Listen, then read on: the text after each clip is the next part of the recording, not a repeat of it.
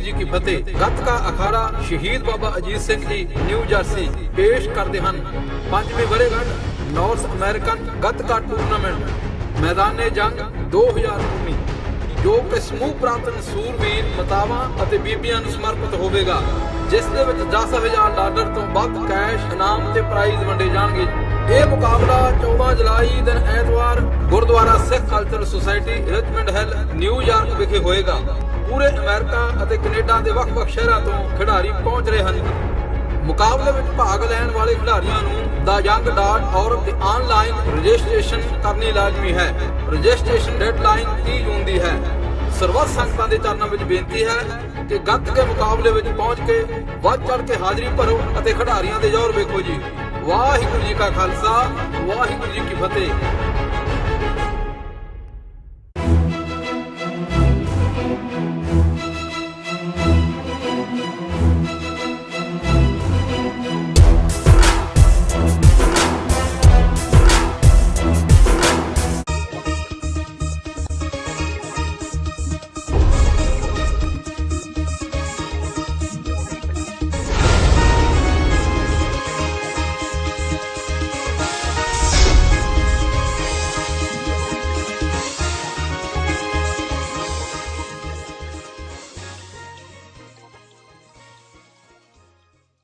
ਵਾਹਿਗੁਰੂ ਜੀ ਕਾ ਖਾਲਸਾ, ਵਾਹਿਗੁਰੂ ਜੀ ਕੀ ਫਤਿਹ। TVT4 ਦੇ ਸਾਰੇ ਦਰਸ਼ਕ ਤੇ ਸਰੋਤੇ ਜਿਹੜੇ ਇਸ ਵਕਤ ਸਾਡੇ ਨਾਲ ਨਾਰਥ ਅਮਰੀਕਾ ਦੇ ਵਿੱਚੋਂ ਜੁੜੇ ਹੋਏ ਆ ਜਾਂ ਫਿਰ ਸੋਸ਼ਲ ਮੀਡੀਆ ਦੇ ਰਾਹੀਂ ਦੁਨੀਆ ਭਰ ਦੇ ਵਿੱਚ ਸਾਨੂੰ ਦੇਖ ਰਹੇ ਆ, ਉਹਨਾਂ ਸਾਰਿਆਂ ਦਾ ਮੈਂ ਅਮਰਵੀਰ ਸਿੰਘ ਅੱਜ ਇਸ ਪ੍ਰੋਗਰਾਮ ਦੇ ਵਿੱਚ ਤਹਿ ਦਿਲੋਂ ਸਵਾਗਤ ਕਰਦਾ।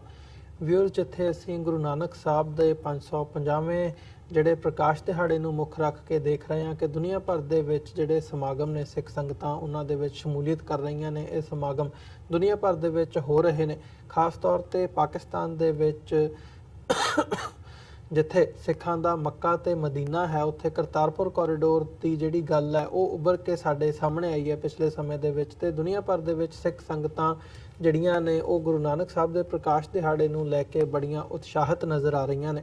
ਪਰ ਇੱਕ ਫੈਕਟ ਜਿਹੜਾ ਕਿ ਮੈਜੋਰਿਟੀ ਇਸ ਵਕਤ ਜਿਹੜੀ ਸਿੱਖ ਸੰਗਤ ਹੈ ਜਾਂ ਸਿੱਖ ਕੌਮ ਹੈ ਉਹ ਨਜ਼ਰਅੰਦਾਜ਼ ਕਰ ਰਹੀ ਹੈ, ਉਹ ਅਸੀਂ ਉਸ ਫੈਕਟ ਦੇ ਬਾਬਤ ਅੱਜ ਗੱਲਬਾਤ ਕਰਨੀ ਚਾਹਾਂਗੇ। ਉਸ ਘਟਨਾ ਅਸੀਂ ਜ਼ਿਕਰ ਕਰਨਾ ਚਾਹਾਂਗੇ ਕਿ 1984 ਦੇ ਵਿੱਚ ਜਦੋਂ ਸਿੱਖਾਂ ਦਾ ਕਤਲੇਆਮ ਕੀਤਾ ਗਿਆ ਤਾਂ ਗੁਰੂ ਨਾਨਕ ਪਾਤਸ਼ਾਹ ਦੇ ਨਾਲ ਸੰਬੰਧਿਤ ਜਿਹੜਾ ਇਤਿਹਾਸਕ ਗੁਰਦੁਆਰਾ ਸੀ ਹਰਿਦੁਆਰ ਦੇ ਵਿੱਚ ਹਰਕੀ ਪੌੜੀ ਦੇ ਗੁਰਦੁਆਰਾ ਗਿਆਨ ਗੋਦੜੀ ਸਾਹਿਬ, ਉਹਨੂੰ ਉੱਥੋਂ ਤਹਿਸ ਨਹਿਸ ਕਰ ਦਿੱਤਾ ਗਿਆ ਸੀ, ਮਲੀਆਮੇਟ ਕਰ ਦਿੱਤਾ ਗਿਆ ਸੀ ਤੇ ਅੱਜ ਉੱਥੇ ਸਰਕਾਰੀ ਦਫ਼ਤਰ ਜਿਹੜਾ ਹੈ ਉਹ ਸਥਾਪਿਤ ਹੈ।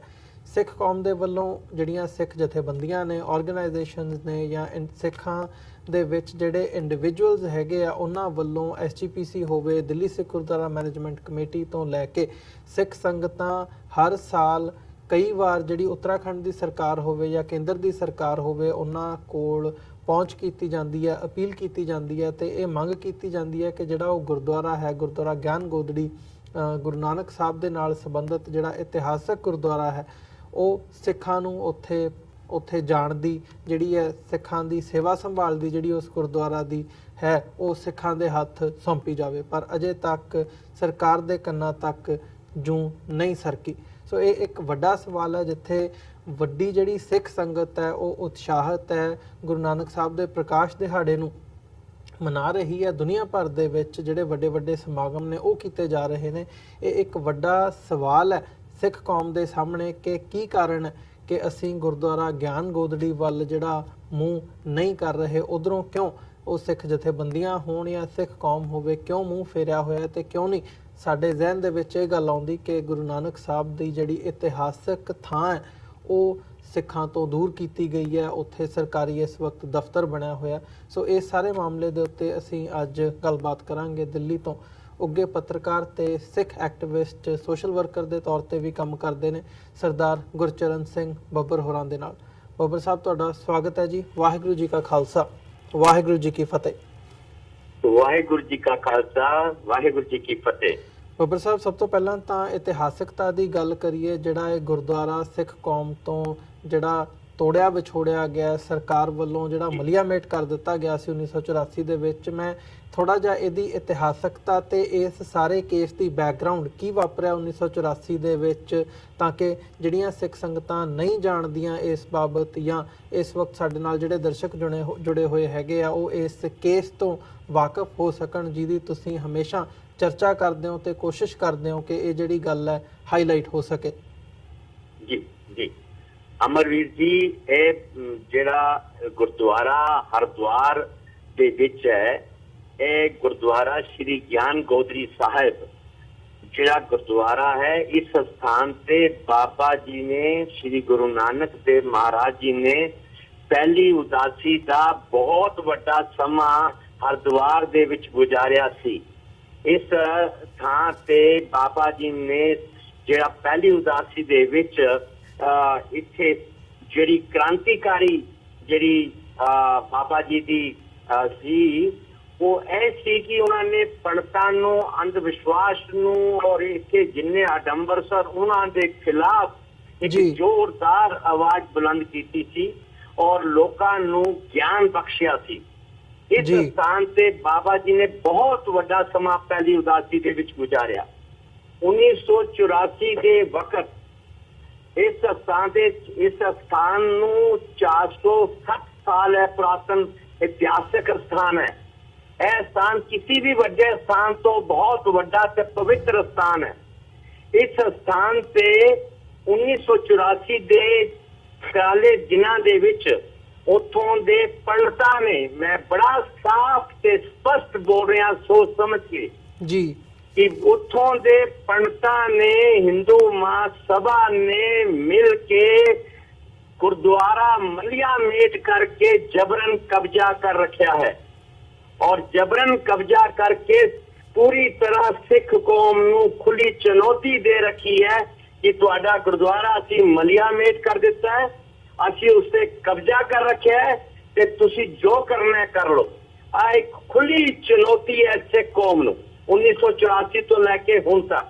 ਜੀ ਅਮਰਵੀਰ ਜੀ, ਇਸ ਗੁਰਦੁਆਰਾ ਸਾਹਿਬ ਵਾਸਤੇ ਦਿੱਲੀ ਗੁਰਦੁਆਰਾ ਕਮੇਟੀ ਨੂੰ ਪਤਾ ਹੈ ਔਰ ਉਹਨਾਂ ਨੇ, ਦਿੱਲੀ ਗੁਰਦੁਆਰਾ ਕਮੇਟੀ ਨੇ, ਸ਼੍ਰੋਮਣੀ ਗੁਰਦੁਆਰਾ ਕਮੇਟੀ ਨੇ, ਅਕਾਲ ਤਖਤ ਦੇ ਜਥੇਦਾਰ ਤੇ ਦੂਸਰੇ ਜਥੇਦਾਰਾਂ ਨੇ, ਸਰਬਤ ਖਾਲਸਾ ਦੇ ਨਾਲ ਲੱਗੀਆਂ ਸਾਰੀਆਂ ਜਥੇਬੰਦੀਆਂ ਨੇ, ਦਮਦਮੀ ਟਕਸਾਲ ਸਮੇਤ ਸਾਰੀਆਂ ਜਥੇਬੰਦੀਆਂ ਨੂੰ ਇਸ ਗੱਲ ਦਾ ਚੰਗੀ ਤਰ੍ਹਾਂ ਪਤਾ ਹੈ ਕਿ ਬਾਬਾ ਜੀ ਦਾ ਗੁਰਦੁਆਰਾ ਪੰਡਤਾਂ ਨੇ ਜਬਰਨ ਖੋਹ ਕੇ ਕਬਜ਼ਾ ਕਰ ਰੱਖਿਆ ਹੈ। ਪਰ ਇਸ ਦੇ ਬਾਵਜੂਦ ਸਿਰਫ ਇਹਨਾਂ ਨੇ ਜਪਜੀ ਸਾਹਿਬ ਦਾ ਪਾਠ ਕਰਨ ਵਾਸਤੇ ਸਿੱਖ ਕੌਮ ਨੂੰ ਅਪੀਲ ਕੀਤੀ। ਜੀ ਅਕਾਲ ਤਖਤ ਦੇ ਜਥੇਦਾਰ ਨੇ, ਦਿੱਲੀ ਕਮੇਟੀ ਨੇ, ਸ਼੍ਰੋਮਣੀ ਕਮੇਟੀ ਨੇ, ਸਾਰੀਆਂ ਜਥੇਬੰਦੀਆਂ ਨੇ ਦਰਬਾਰ ਸਾਹਿਬ ਹਰਮੰਦਰ ਸਾਹਿਬ ਇੱਕ ਮੀਟਿੰਗ ਕੀਤੀ ਔਰ ਮੀਟਿੰਗ ਵਿੱਚ ਕਿਹਾ ਕਿ ਅਸੀਂ ਰਣਨੀਤੀ ਬਣਾਵਾਂਗੇ ਬਾਬਾ ਜੀ ਦਾ ਪਵਿੱਤਰ ਇਤਿਹਾਸਕ ਸਥਾਨ ਸ਼੍ਰੀ ਗਿਆਨ ਗੋਦਰੀ ਸਾਹਿਬ ਲੈਣ ਵਾਸਤੇ। ਪਰ ਇਹ ਇਤਨੇ ਡਰੇ ਹੋਏ ਨੇ, ਇਤਨੇ ਘਬਰਾਏ ਹੋਏ ਨੇ, ਇਹ ਇੱਕ ਸਟੇਟਮੈਂਟ ਵੀ ਜਾਰੀ ਨਹੀਂ ਕਰਦੇ, ਇੱਕ ਬਿਆਨ ਵੀ ਜਾਰੀ ਨਹੀਂ ਕਰਦੇ। ਤੁਸੀਂ ਹਾਲਾਤ ਦੇਖੋ ਕਿਤਨੀ ਢਹਿੰਦੀ ਕਲਾ ਦੇ और डर के हालात ने। कुछ दिन पहले सुखबीर बादल, श्रोमणी कमेटी का प्रधान, दिल्ली गुरुद्वारा प्रबंधक कमेटी का प्रधान और हरसिमरत कौर, सारे और बड़े लोग ने, सारे गए मोदी दे कोल जी। मोदी नूं कहंदे ने, बेनती करदे ने, मोदी साहब असीं रिक्वेस्ट करन आए हां, तुसीं जिहड़े हो गुरुद्वारा बाबा जी दे प्रकाश उत्सव से जरूर आना। उन्हें क्या ठीक है, मैं तुम्हारी रिक्वेस्ट मान ली है, मैं आवांगा। पर इन्हां दे विच इतनी जुरत नहीं सी, इतनी हिम्मत नहीं है सी कि मोदी नूं कह देन कि साडे बाबा जी दा पहली उदासी दा, जिथे बाबा जी ने बहुत वड्डा समा गुजारिया, जिथे बाबा जी ने लोगां नूं रस्ता दस्सिया, ਉਹ पवित्र इतिहासक स्थान तुसीं जबरन कब्जा कर रखिया, साडे बाबा जी दा गुरुद्वारा वापस करो। इतनी जुबान खोलन दी हिम्मत नहीं, इतने डरे हुए ने, इतनी डरी हुई है सिख लीडरशिप। तुसीं दसो हिंदुस्तान दे विच ਦਿੱਲੀ ਸਿੱਖ ਗੁਰਦੁਆਰਾ ਪ੍ਰਬੰਧਕ ਕਮੇਟੀ, ਸ਼੍ਰੋਮਣੀ ਗੁਰਦੁਆਰਾ ਪ੍ਰਬੰਧਕ ਕਮੇਟੀ, ਅਕਾਲੀ ਦਲ ਔਰ ਸਾਰੀਆਂ ਜਥੇਬੰਦੀਆਂ ਜਿਹੜੀਆਂ ਨੇ ਉਹ ਅਮਿਤ ਸ਼ਾਹ ਤੋਂ, ਮੋਦੀ ਤੋਂ ਇਤਨੇ ਖੌਫ ਖਾਂਦੇ ਨੇ, ਇਤਨੇ ਡਰੇ ਹੋਏ ਨੇ। ਮੈਂ ਸਾਰਿਆਂ ਨੂੰ ਪੂਰੇ ਸੋਚ ਸਮਝ ਕੇ ਤੁਹਾਨੂੰ ਕਹਿ ਰਿਹਾ ਔਰ ਖੁੱਲੀ ਚੁਣੌਤੀ ਦੇ ਰਿਹਾ ਕਿ ਮੇਰੇ ਵਰਗਾ ਨਿਮਾਣਾ ਸਿੱਖ ਤੇ ਕੁਝ ਨਹੀਂ ਕਰ ਸਕਦਾ। ਮੈਂ ਤੇ ਲਿਖ ਸਕਦਾ, ਮੈਂ ਤੇ ਬੋਲ ਸਕਣਾ, ਮੈਂ ਤੇ ਆਵਾਜ਼ ਬੁਲੰਦ ਕਰ ਸਕਦਾ, ਪਰ ਮੈਨੂੰ ਅਫਸੋਸ ਹੈ ਕਿ ਇੱਕ ਸਟੇਟਮੈਂਟ ਵੀ ਜਾਰੀ ਕਰਨ ਦੀ ਹਿੰਮਤ ਨਹੀਂ, ਕਿ ਸਟੇਟਮੈਂਟ ਵੀ ਜਾਰੀ ਕਰਦੀ ਹੈ ਕਿ ਸਰਕਾਰ ਸਾਡੇ ਬਾਬਾ ਜੀ ਦਾ ਗੁਰਦੁਆਰਾ ਵਾਪਸ ਕਰੇ। ਮੈਨੂੰ ਨਹੀਂ ਸਮਝ ਆਈ ਅਮਰਵੀਰ ਜੀ ਕਿ ਇਹਨਾਂ ਦਾ ਡਰਿਆ ਹੋਣ ਦਾ ਕਾਰਨ ਕੀ ਹੈ, ਇਹ ਚੁੱਪ ਕਿਉਂ ਨੇ, ਔਰ ਇਹ ਕਿਉਂ ਕਹਿੰਦੇ ਨੇ ਸਿੱਖ ਕੌਮ ਨੂੰ ਕਿ ਪਾਠ ਕਰੋ। ਪਾਠ ਅੱਛੀ ਗੱਲ ਹੈ, ਜਪਜੀ ਸਾਹਿਬ ਦਾ ਪਾਠ ਨਹੀਂ, ਤੁਸੀਂ ਗੁਰੂ ਗ੍ਰੰਥ ਸਾਹਿਬ ਰੋਜ਼ ਪੜੋ, ਬਾਣੀ ਰੋਜ਼ ਗਾਓ, ਪਰ ਤੁਸੀਂ ਸਿੱਖ ਕੌਮ ਨੂੰ ਇਹ ਕਹਿ ਰਹੇ ਹੋ ਕਿ ਸਾਰੇ ਸੰਸਾਰ ਦੇ ਸਿੱਖ ਜਪਜੀ ਸਾਹਿਬ ਦਾ ਪਾਠ ਕਰਨ, ਬਾਬਾ ਜੀ ਕਿਰਪਾ ਕਰਨਗੇ, ਸਾਨੂੰ ਗੁਰਦੁਆਰਾ ਮਿਲ ਜਾਏਗਾ ਜੀ। ਇਹ ਸੋਚ ਔਰ ਇਹ ਰਸਤਾ ਜਿਹੜਾ ਇਸ ਲੀਡਰਸ਼ਿਪ ਦਾ ਹੈ। ਔਰ ਦੂਸਰੀ ਤਰਫ ਹਰਿਦੁਆਰ ਦੇ ਪੰਡਤਾਂ ਨੇ, ਹਿੰਦੂ ਮਹਾਸਭਾ ਨੇ ਪੂਰੀ ਸਮੁੱਚੀ ਸਿੱਖ ਕੌਮ ਨੂੰ ਚੁਣੌਤੀ ਦੇ ਰੱਖੀ ਹੈ ਕਿ ਜਾਓ ਤੁਸੀਂ ਜੋ ਕਰਨਾ ਕਰ ਲਓ, ਅਸੀਂ ਤੁਹਾਨੂੰ ਗੁਰਦੁਆਰਾ ਬਾਬਾ ਜੀ ਦਾ ਦਿੰਦੇ ਨਹੀਂ ਦਿੰਦੇ। ਔਰ ਮੈਨੂੰ ਦੁੱਖ ਇਸ ਗੱਲ ਦਾ ਹੈ, ਉਸ ਪਵਿੱਤਰ ਸਥਾਨ ਤੇ ਗੁਰਦੁਆਰਾ ਸ਼੍ਰੀ ਗਿਆਨ ਗੋਦੀ ਸਾਹਿਬ ਤੇ ਪਿਛਲੇ 35-36 ਸਾਲਾਂ ਤੋਂ ਕੋਈ ਦੀਵਾ ਵੱਟੀ ਕਰਨ ਵਾਸਤੇ ਇੱਕ ਵੀ ਸਿੱਖ ਨਹੀਂ ਗਿਆ। ਦੀਵਾ ਵੱਟੀ ਕਰਨ ਵਾਸਤੇ ਵੀ ਇੱਕ ਸਿੱਖ ਨਹੀਂ ਗਿਆ, ਕੋਈ ਮੱਥਾ ਟੇਕਣ ਵੀ ਨਹੀਂ ਗਿਆ, ਕੋਈ ਅਰਦਾਸ ਕਰਨ ਵੀ ਨਹੀਂ ਗਿਆ। ਇਦਾਂ ਕਰ ਦਿੱਤਾ ਹੈ ਜਿੱਦਾਂ ਤੁਸੀਂ ਲੈ ਗਏ ਬਾਬਾ ਜੀ ਦਾ ਪਵਿੱਤਰ ਸਥਾਨ ਸਾਡੇ ਤੋਂ ਖੋ ਕੇ, ਤੇ ਸਾਡੇ ਚ ਬੋਲਣ ਦੀ ਤੇ ਆਵਾਜ਼ ਚੁੱਕਣ ਦੀ ਵੀ ਹੁਣ ਹਿੰਮਤ ਨਹੀਂ ਹੈ। ਅਮਰਵੀਰ ਜੀ, ਇਹ ਹਾਲਾਤ ਨੇ ਜੀ। ਬੱਬਰ ਸਾਹਿਬ, ਜਿਵੇਂ ਤੁਸੀਂ ਸਿੱਖ ਲੀਡਰਸ਼ਿਪ ਦੀ ਗੱਲ ਕਰਦੇ ਹੋ, ਉਹ ਦਿੱਲੀ ਸਿੱਖ ਗੁਰਦੁਆਰਾ ਮੈਨੇਜਮੈਂਟ ਕਮੇਟੀ ਤੋਂ SGPC ਤੱਕ ਤੁਸੀਂ ਆਪਣੇ ਜਿਹੜੇ ਵਿਚਾਰ ਹੈਗੇ ਉਹਨਾਂ ਦੇ ਪ੍ਰਤੀ ਤੁਸੀਂ ਉਹ ਬਿਆਨ ਕੀਤੇ ਆ।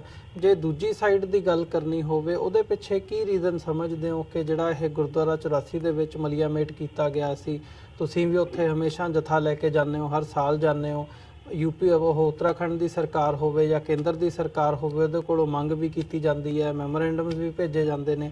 ਸਰਕਾਰ ਨੂੰ ਕੀ ਦਿੱਕਤ ਹੈ, ਜਾਂ ਜਿਹੜੇ ਉੱਥੇ ਅਸੀਂ ਹਰਿਦੁਆਰ ਦੀ ਗੱਲ ਕਰਦੇ ਹਾਂ, ਤੁਸੀਂ ਪੰਡਤਾਂ ਦੀ ਗੱਲ ਕਰਦੇ ਹੋ, ਕੀ ਕਾਰਨ ਹੈ ਕਿ ਉਹਨਾਂ ਵੱਲੋਂ ਇਹ ਸਾਰਾ ਜਿਹੜਾ ਘਟਨਾਕ੍ਰਮ ਹੈ ਸਾਰਾ ਰਚਿਆ ਗਿਆ, ਪਹਿਲਾਂ ਤਹਿਸ ਨਹਿਸ ਕੀਤਾ ਗਿਆ ਤੇ ਹੁਣ ਵਾਪਸ ਕਰਨ ਤੋਂ, ਜਾਂ ਸਿੱਖਾਂ ਦੀ ਜਿਹੜੀ ਆਸਥਾ ਜਿਸ ਸਥਾਨ ਦੇ ਨਾਲ ਜੁੜੀ ਹੋਈ ਹੈ, ਸਿੱਖਾਂ ਨੂੰ ਉਹਦੇ ਤੋਂ ਦੂਰ ਕਰਨ ਦੇ ਜਿਹੜੇ ਯਤਨ ਨੇ, ਜਾਂ ਜਿਹੜੀ ਇਹ ਸਾਰੀ ਘਟਨਾਕ੍ਰਮ ਹੈ ਉਹ ਕੀਤਾ ਜਾ ਰਿਹਾ ਹੈ?